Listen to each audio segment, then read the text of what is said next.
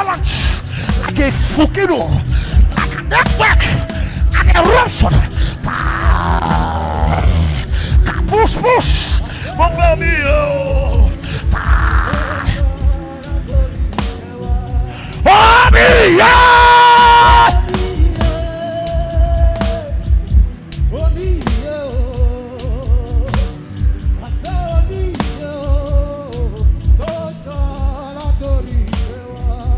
Omi Iye. Push, push.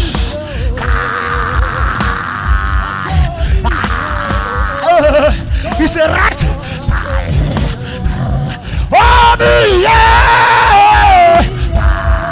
I can't hear.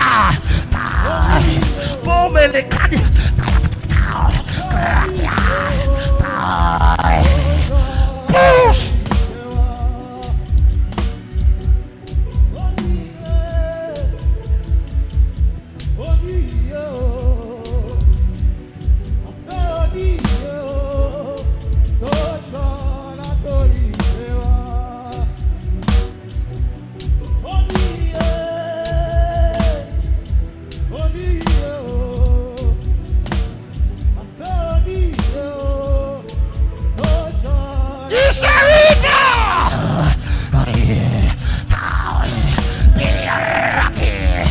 Yo, my prayer, move my prayer.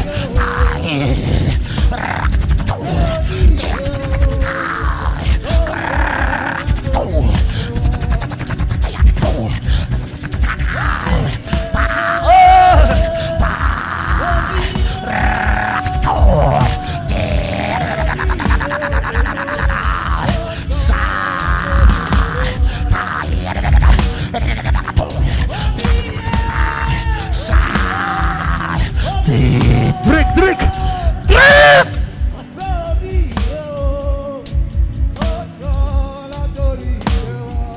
Omi Iye. Oh yeah, drink, drink, drink.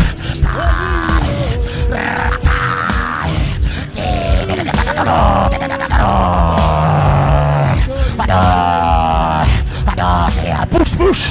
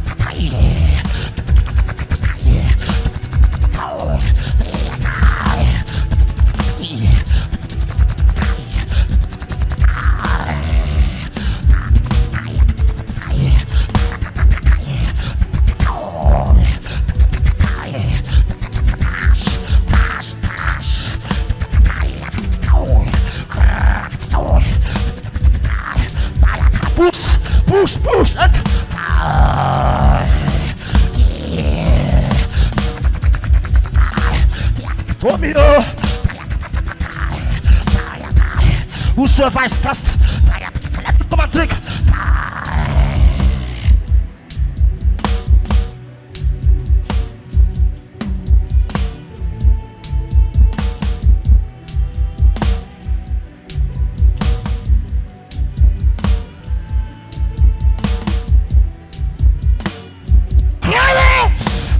To drink prayers and to push track.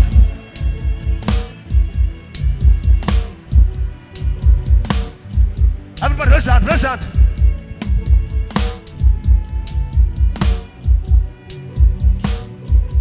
Omi Iye. I want to hear. Louder. Just the congregation. Oh. From the front to the back, let me hear you.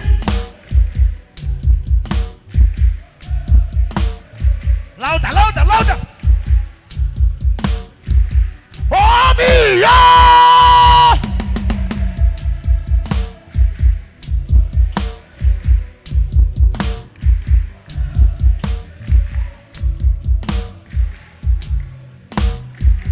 Omi Iye. Let me hear yours.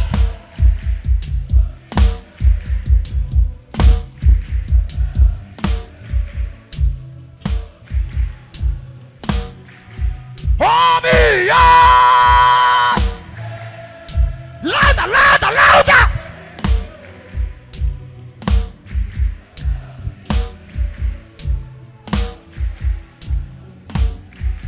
Omi Iye.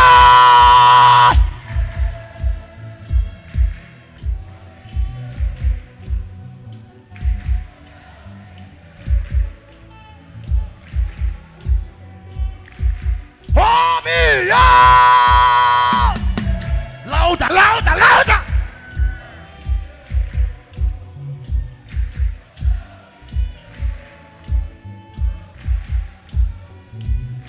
Your hands, your hands. Louder, louder. You're not just clapping your hands, it's a procession. It's an entrance. Omi Iye.